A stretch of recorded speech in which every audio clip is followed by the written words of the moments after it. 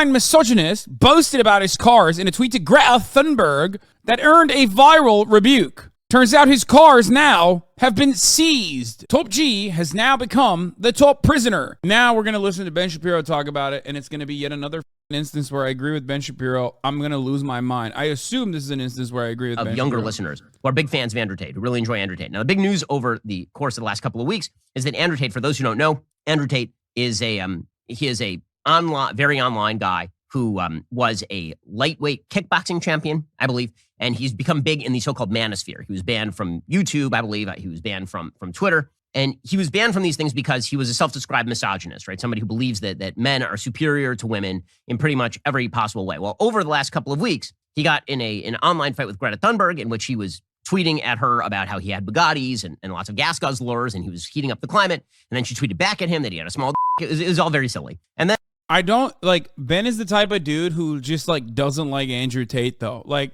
Ben will defend anyone and everyone that is a champion for conservatism, but I'm pretty sure he's the type of dude who's like, no, this guy talks too much about sex. Like, he's the type of person who's like, who does unironically look to, like, would I want my daughters to date men that have learned from this guy? If he was just racist, Ben would love him all day, every day. But he's way too, like, legitimately puritanical to ever be in support of Andrew Tate, I think. Then, one day later, he ended up being arrested by Romanian authorities. And the allegations against Andrew Tate is that he was engaging in sex trafficking. Tate had predicted for a long time this would happen to him. He had predicted that people were going to come after him, that they were going to arrest him. Does that mean that he's not guilty of something? I have no idea. I have no idea whether he's guilty of these crimes. It could be trumped up. It could be the Romanian authorities who are embarrassed by Tate. It could be anything. I don't place a lot of stake in the law-abiding nature of the Romanian authorities. I literally know nothing about how the law... I mean, Andrew Tate literally said he moved to Romania in order to avoid law enforcement. I don't know whether that's true or whether that's not. I assume all of that will come out in the wash. The thing I want to focus on is the popularity of Andrew Tate for a moment. And it's fascinating because... Oh, wow. I'm surprised. He went way more middle ground than I thought he was going to. Like, he went way more fence-sitter, middle ground centrist on this issue than I thought. That's crazy that he's just like, oh, I want to talk about his popularity. Nobody wants to say these things that are truths. Like, that's what he's going to say, I think, right? Because, again, I have a lot of young listeners who are interested. No, I thought he was going to shit on Andrew Tate. I thought he was going to be like, this guy's a webcam guy. He's a pervert. I don't like it. You know, like... Interested in the stuff that Andrew Tate says. The reason they're interested in the stuff that Andrew Tate says is because he's transgressive. He's transgressive in that he says things that no one else will say. Some of the stuff that he says, frankly, terrible, and some of the stuff that he says is not terrible. Some of the stuff that he says is actually a version of truth. I mean, when he says that promiscuity is generally a bad thing, he says it only among women. Or he says when he says promiscuity for women is a bad thing. That used to be a relatively uncontroversial thought, but it's been considered bad to say that now. It's wrong. It's banned. Now, we live in a moment because we are so censorious online and sort of in the political world. We're so censorious. The Overton window has shrunk so much. There are two concepts that have been crimped. Bro, this guy literally has a webcam business. Like Ben Shapiro, who is like the most puritanical man you've ever met, is defending a sex trafficker, allegedly, who is arrested for sex trafficking. That's crazy. I'm genuinely shocked that he would defend like a guy who made a living originally doing like sex work. That's wild. One is truth, as in like Pope Benedict XVI truth. Like things, eternal things of value that you're not supposed to say anymore. It's obvious, like a guy who, by the way, a guy who wrote a book on how pornography should be banned, First Amendment, by the way, is now defending a pornographer. A man is not a woman. Men should marry women. They should have kids, right? These are things that are now considered very controversial in the elite circles of the West. You're not supposed to say any of those things. So truth, like capital T, long-standing truths, these things have been denied.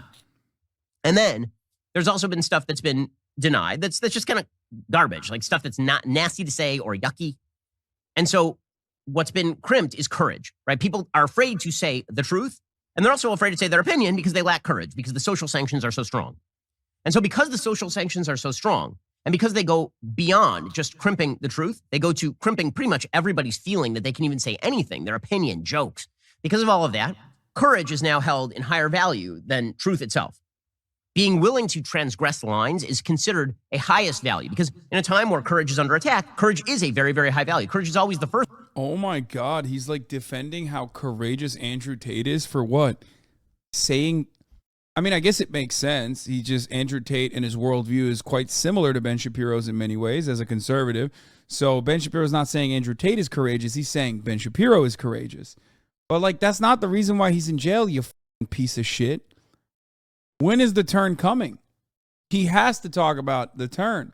I also find it additionally hilarious that people have basically substituted being a fucking asshole with courage. What has happened to society? What has happened to our youth? What has happened to people, men in general, that we now just automatically assume the bigger an asshole you are, the more brave you are. It's not bravery to just repeat like the oldest bigoted tropes over and over again. Your grandfather does it all the time for free. Do you think he's brave for doing that? No, he's not. He's just a fucking asshole. What the hell is this? First value. I mean, C.S. Lewis says, courage is the first value, Christian. Courage is the first value in order to speak the truth. But courage is instrumental.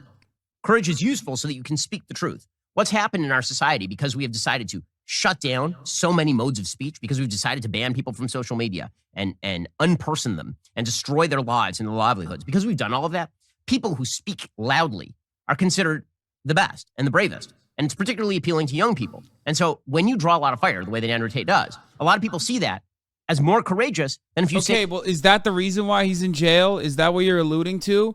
This is like, never mind. I was wrong, by the way. This is unironically a new low for Ben Shapiro. I was wrong. I thought that Ben Shapiro is the type of dude who would not defend Andrew Tate and not make like the most psychotic... Like, this is the long way of repeating what Aiden Ross is saying. Ben Shapiro, for 12 minutes, is doing what Aiden Ross is saying. You know what I mean? With the exception of like asking Donald Trump to pardon Andrew Tate in Romania or some shit. Like, this is exactly what all the incels in Andrew Tate's fan base say. They're like, oh, he's not in jail for Romania is corrupt. He's not actually in jail for sex trafficking. He's in jail for the truth. He's in jail for being disruptive. He's in jail for being brave. What is the disruptive, brave takes that Andrew Tate has? Women have to marry men. How brave? Like, that's something that you hear from 99% of the population for the most part. 99% of normies that are uninitiated with politics are like, yeah, that's the truth. There is no bravery there to repeat something that like most people believe and argue, even if it's wrong. And it is wrong, but it doesn't matter. If we're talking about it from the perspective of bravery, you're not brave for saying the sky is fucking blue. Say something that is, say, a little bit better calibrated and more in consonance with eternal truth. Whoever draws most fire, in other words, is the person who's considered the most courageous. And this sort of pithy saying that is mostly true, but kind of not, right? That you must be over the target if you're drawing flack. A large percentage of the time, that's true. But sometimes the person who's drawing the most flack is what they're saying is actually kind of bad, right? So the problem for Andrew Tate, and the reason why he's become so popular, is because he's very transgressive. He says the thing that no one else will say. Sometimes it's good, and sometimes it's really not good. We'll get to more on all of this in just one moment. First, the situation with so much information, his prescriptions are largely incorrect. And okay. I said this to some teenage here, particularly.